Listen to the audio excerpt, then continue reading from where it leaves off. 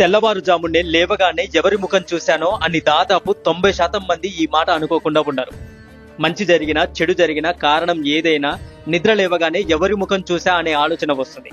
కొందరు ఉదయాన్నే కళ్ళు తెరవగానే దేవుడి ఫోటో చూస్తారు, మరికొందరు భార్య ముఖం, మరికొందరు భర్త ముఖం చూస్తారు, ఇంకొందరు తల్లిదండ్రులది పిల్లల ముఖం చూస్తారు. ఇంతకీ ఉదయాన్నే మేల్కోగానే ముందుగా ఏం చూడాలి? చాలా మంది నిద్ర లేవగానే అరచేతులను చూసుకుంటారు.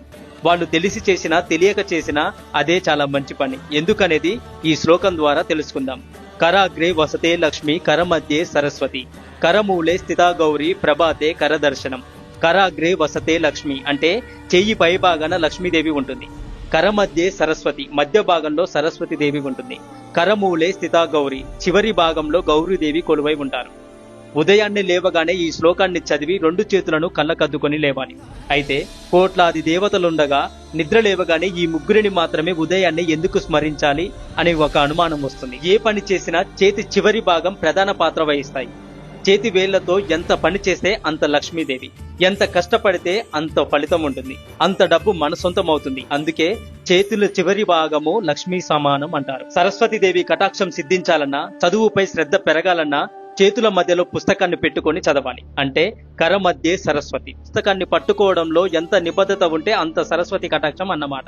కరమూలే స్థితా గౌరి అంటే చేతి మూలం మీదే శక్తి అంతా ఉంటుంది.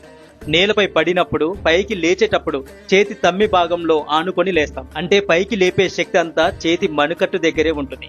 అమ్మవారి స్వరూపాన్నే శక్తి అని అంటాము. ఆ స్వరూపము గౌరీదేవి. అందుకే కరమూలే స్థితా గౌరీ అని చెబుతారు.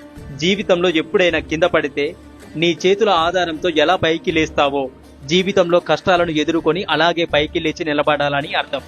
ఇంకా ఒక్క మాటలో చెప్పాలంటే నిన్ను నీవే నమ్ముకో, మంచైనా చెడైనా నీ చేతిలోనే ఉంది.